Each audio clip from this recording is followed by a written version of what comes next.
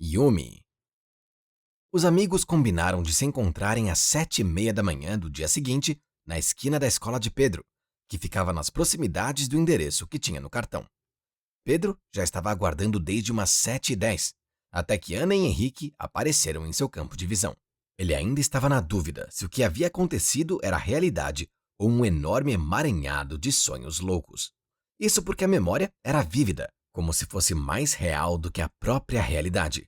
Depois de se cumprimentarem, Henrique guiou o grupo, dizendo: "É para lá, em direção à igreja matriz." "Estava pensando", comentou Ana enquanto caminhavam. "A gente vai até lá na frente e dá uma olhada. Se parecer um lugar meio fechado ou esquisito, a gente não entra." "Combinado", respondeu Henrique. O jovem estava pensando sobre o logotipo da empresa e a área de atuação, então perguntou, como se estivesse pensando alto: "O que será que uma escola de cursos profissionalizantes tem a ver com essa coisa toda que aconteceu?" "Talvez não tenha nada a ver, é apenas onde aquele cara e aquela mulher trabalham", respondeu Pedro. Algumas quadras depois, os dois chegaram ao número predial indicado no cartão de visitas. Na fachada, tinha um letreiro que era como o cartão. Tinha o fundo branco e o mesmo logotipo vermelho e preto, com os dizeres Yumi, cursos profissionalizantes. Além disso, tinham alguns nomes de cursos escritos, entre eles desenho técnico, design 3D, informática, introdução à engenharia, gestão e liderança e secretariado.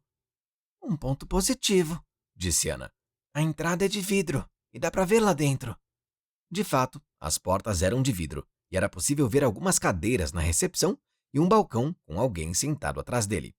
Os amigos se olharam, tomaram fôlego e entraram, conduzidos por Henrique. Na recepção, além de algumas cadeiras, havia um bebedouro. Atrás do balcão estava sentada uma senhora. A mulher tinha pele clara e cabelos brancos indicavam sua idade avançada. Eram levemente ondulados e curtos. Ela era gorda e usava roupas confortáveis. Em seu rosto, com pele enrugada, repousava um óculos de grau que ficava na ponta do nariz. Ela estava digitando no computador, olhando para a tela por cima das lentes do óculos. Pareceu não perceber os jovens ou não se importou com a presença deles. Pedro se perguntou por que ela vestia óculos se não os usava para enxergar. Então, Henrique se aproximou do balcão e disse: "Com licença, por acaso o Xavier e a Natália trabalham aqui?" Imediatamente, a mulher parou de mexer em seu computador, virou-se para eles, ajeitou o óculos para cobrir seus olhos e perguntou: "Vocês devem ser Ana, Henrique e Pedro, certo?" "Isso", respondeu Henrique, admirado. "Xavier e Natália não estão no momento, mas o Sr. Yumi irá recebê-los", disse a senhora, se levantando. "Fiquem à vontade." Então, a mulher se dirigiu para um corredor que levava aos fundos da empresa. Os amigos foram sentar em um canto e, depois de alguns minutos, ela retornou dizendo: "O Sr. Yumi está atendendo um aluno, mas logo ele irá recebê-los." Os jovens acenaram com a cabeça agradecendo, e então ela continuou: "Aceita um cafezinho?" Apenas Pedro aceitou, já que estava entediado e gostava muito de café. Passados alguns minutos, um menino magro, de pele morena clara e cabelo curto e escuro, saiu do corredor. Ele estava acompanhado por um casal. O homem tinha a pele morena e a mulher a pele clara, provavelmente seus pais. Os três estavam sorrindo como se algo bom tivesse acabado de acontecer. "O Sr. Yumi pediu para que eu fizesse a minha matrícula para o curso de Introdução aos Sonhos", disse o menino para a recepcionista. Ao dizer o nome do curso, seu pai deu uma cutucada nele com o cotovelo e então olhou para os três jovens que estavam sentados na recepção. O menino olhou com cara de desaprovação para os três, como se fossem inferiores. Pedro, que achou aquele gesto arrogante e metido, já não foi com a cara dele. Por outro lado, Henrique e Ana estavam pensando sobre o que o garoto havia dito a respeito do curso de Introdução aos Sonhos. Que tipo de curso profissionalizante seria esse? "Henrique, Ana e Pedro?" chamou um senhor que aparecera no corredor. O homem tinha traços orientais, provavelmente japonês. Tinha um sorriso simpático, barba por fazer e parecia ter uns 50 anos. Ele usava uma calça jeans e uma camisa polo por dentro da calça, que estava bem presa por um cinto de couro. "Sim", responderam os três em coro. "Venham. Não pensei que viriam tão cedo. Quero dizer, isso é ótimo." Então, o homem fez um sinal para que os meninos o acompanhassem pelo corredor. Ana estava tensa, pensando se seria seguro entrar para os fundos da empresa. Henrique hesitou, mas sentia-se mais confiante, vendo que a empresa parecia ser bastante séria. Por outro lado, Pedro se levantou imediatamente e começou a andar em direção ao homem. Enquanto os jovens amigos se dirigiam até o homem, ele falou para a recepcionista. Magda, você mandou a mensagem para a Natália e Xavier que eu havia pedido? Sim, Sr. Yumi, eles já responderam que estão a caminho, respondeu a mulher. Conforme andavam pelo corredor, viam portas fechadas. Em cada porta havia um número. Os números ímpares à esquerda e números pares à direita. Pareciam ter muitas portas ali. Pouco antes de passarem pela porta 5, ela se abriu e alguns adolescentes começaram a sair por ela. No total, 4 adolescentes saíram. Foi necessário abrir espaço para eles passarem. Afinal, o corredor não era muito largo. Ana sentiu-se mais segura e confortável em ver adolescentes andando livremente e sorridentes por ali. Agora, o local parecia ser mais confiável. Ao passarem pela frente da porta que havia ficado aberta, foi possível ver como era dentro da sala. Um ambiente de tamanho médio continha umas 6 mesas contornando as paredes. Em cada mesa havia um computador. As cadeiras eram acolchoadas e aparentemente confortáveis. Pedro avaliou que os computadores não eram topo de linha, mas também não eram máquinas muito ruins. Os monitores, por exemplo, eram de alta definição. O homem que os conduzia pareceu perceber a curiosidade dos jovens e disse: Esta era a turma de design 3D. Aqui eles aprendem como modelar e animar no computador. Ana olhou no relógio e viu que já eram 8h32. Mesmo assim, achou cedo para uma aula e perguntou: Que horas começam os cursos aqui? Começam às 7h30, respondeu o homem. Logo após a porta de número 10, o corredor fazia uma curva para a direita, e após passarem pela curva, puderam notar que haviam mais algumas portas para a esquerda e uma última no final do corredor. O homem abriu a segunda porta da esquerda, que tinha uma placa escrita Administração, e entrou. Os jovens o acompanharam, chegando a uma sala não muito grande. Tinha 2 armários e uma mesa com uma grande cadeira giratória do lado oposto a eles, e outras 2 cadeiras menores, similares às da sala 5, que serviam para os visitantes. Além disso, na parede atrás da mesa, havia uma espada japonesa pendurada na parede. O rack da espada era fechado em vidro com um cadeado. Assim que entrou, o homem disse: Me desculpem, vou pegar mais uma cadeira para vocês. Assim que ele saiu para buscar a outra cadeira, Henrique comentou: Gente, isso aqui não está parecendo nada especial. Parece uma escola de cursos normal. Os amigos apenas ergueram os ombros como quem não sabe o que dizer. Observando um pouco mais, perceberam que havia bastante bagunça. Um computador que, para Pedro, parecia ser inferior aos da sala 5. Muitos papéis, canetas, entre outros objetos comuns para um escritório. Eu achei que a gente ia visitar a terra dos unicórnios, satirizou Pedro, rindo. Henrique sorriu e quis revidar a piada, mas Ana lançou um olhar sério para que ele ficasse quieto. Pedro então fez um sinal para que os amigos olhassem para um dos armários. Estava com a porta entreaberta e era possível ver uma pilha de cobertas e travesseiros empacotados. Aqui está, disse o homem, regressando na sala com uma cadeira nas mãos.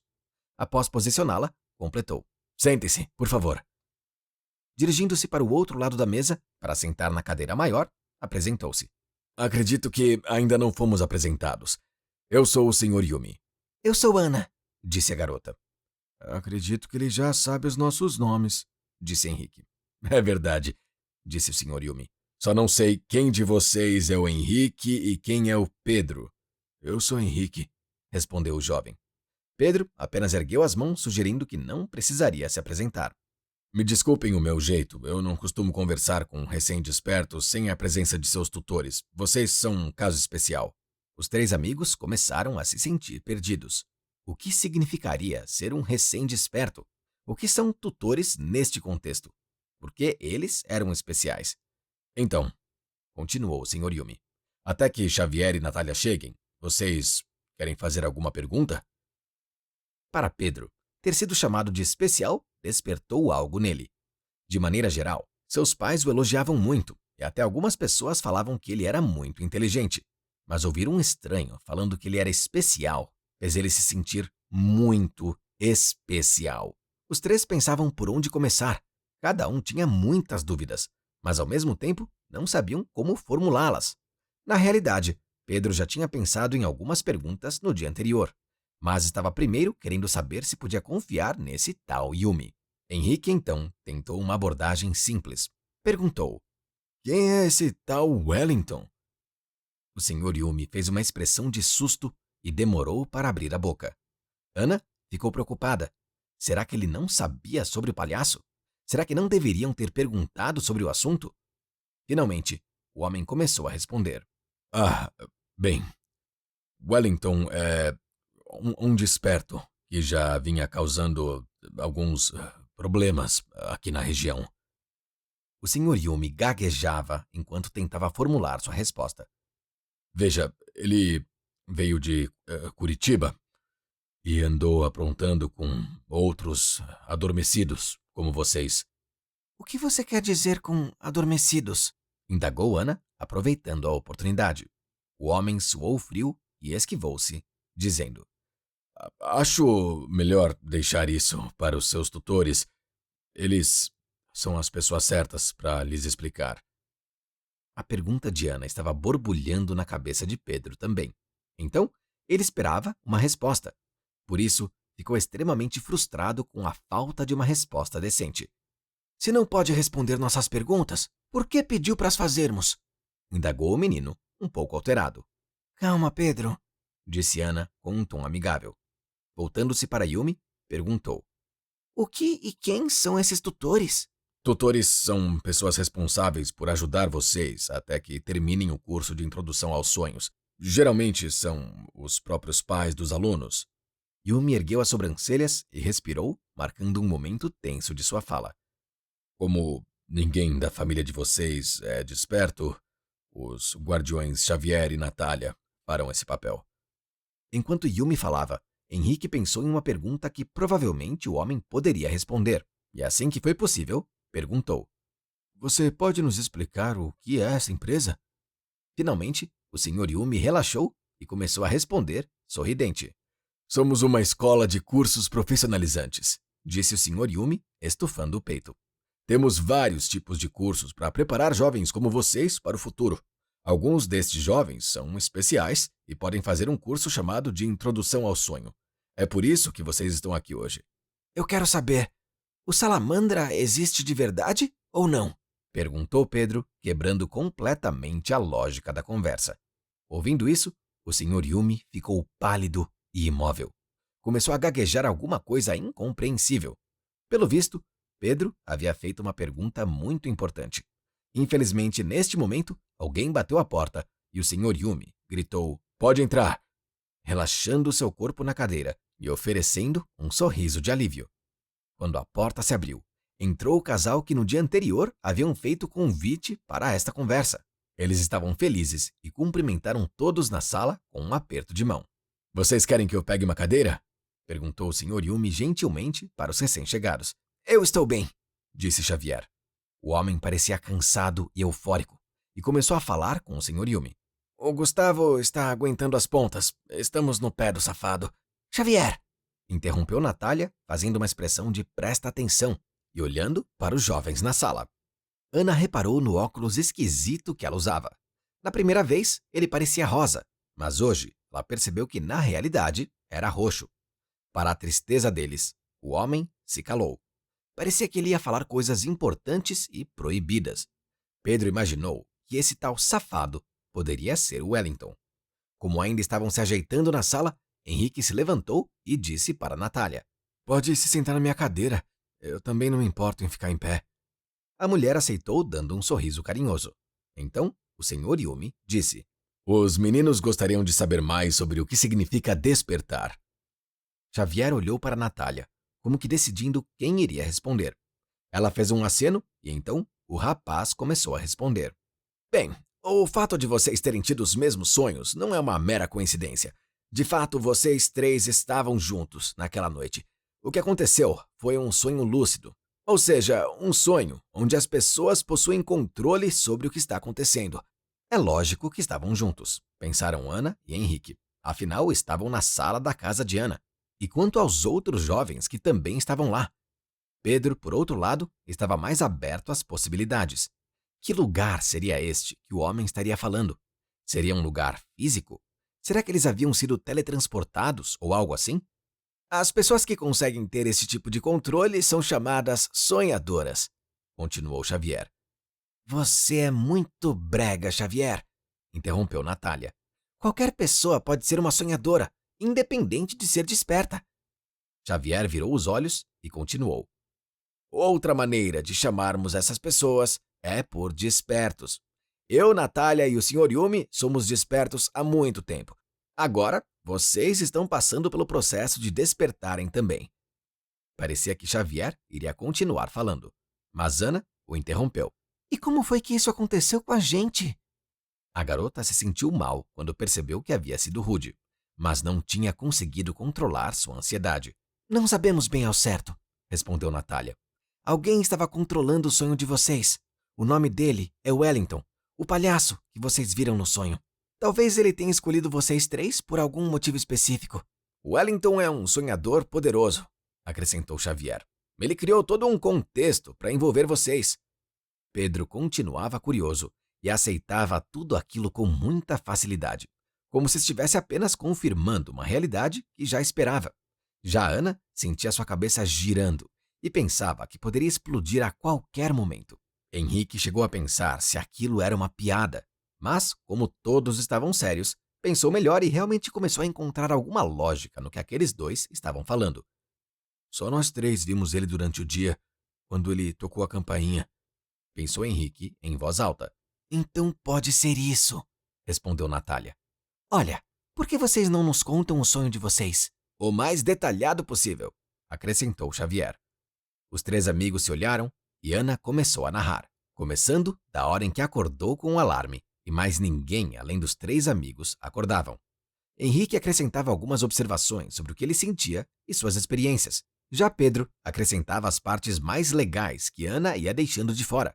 Por exemplo, as comemorações de Wellington e o que Salamandra fazia.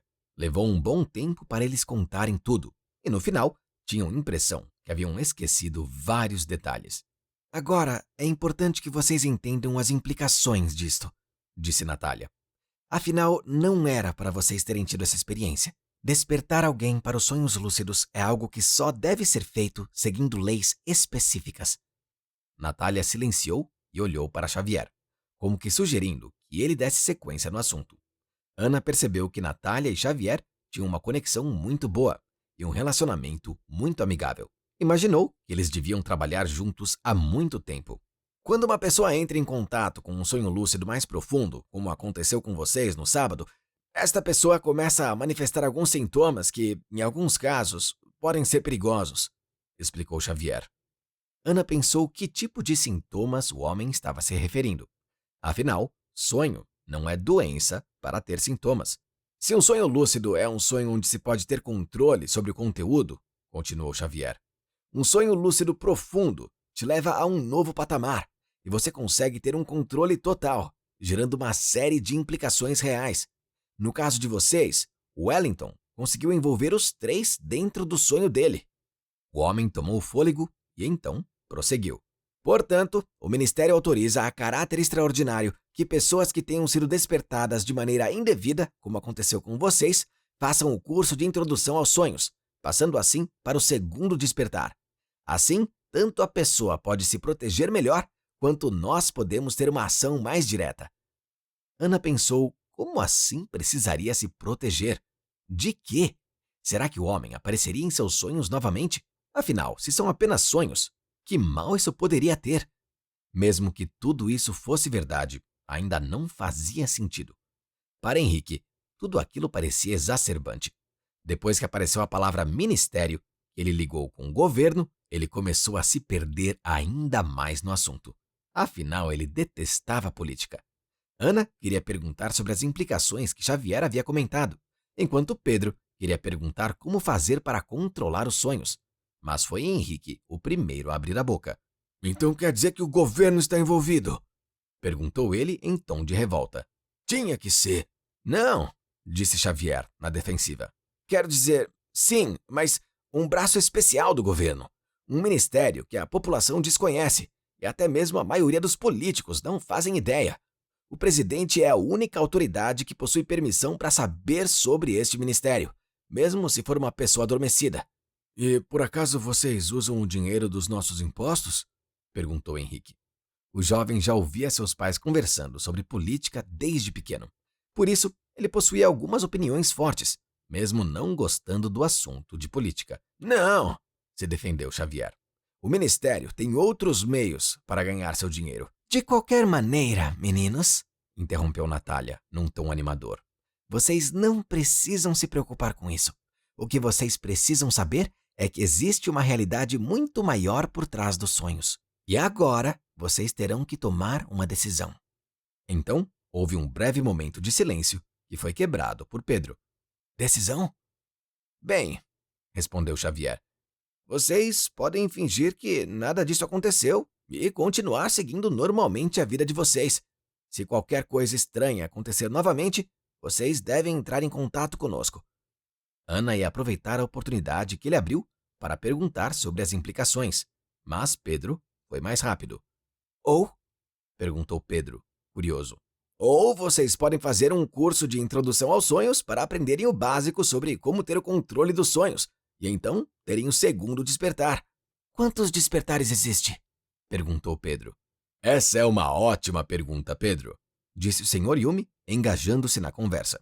Oficialmente há apenas 2. O primeiro, quando se tem contato com o sonho lúcido pela primeira vez, e o segundo, quando termina o curso de introdução aos sonhos.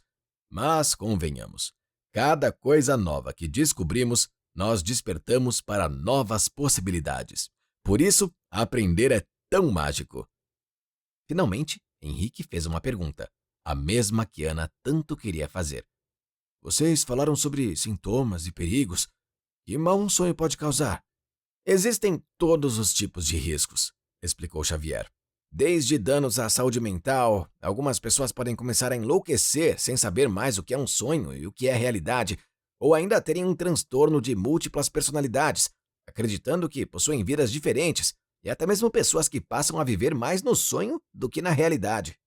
Pedro pensou que não seria tão ruim assim viver no sonho, se ele pudesse ter este controle perfeito. Há também consequências sociais, continuou Xavier, como usar dos sonhos para ter vantagem própria. Já pensou se um aluno conduzisse seu professor em um sonho, onde ele vê as perguntas da prova e as respostas certas? E que tal se alguém implantasse um pensamento no sonho de outra pessoa? Agora imaginem isto, aplicado para o mundo adulto, completou Natália.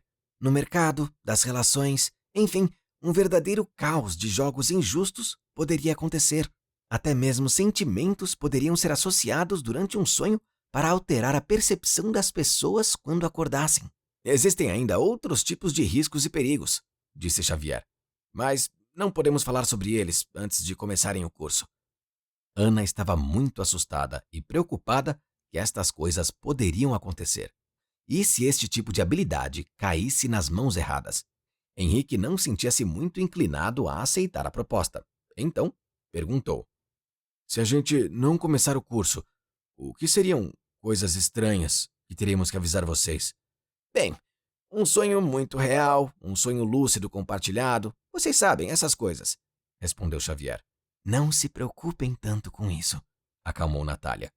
Caso não aceitem, nós estaremos cuidando de vocês.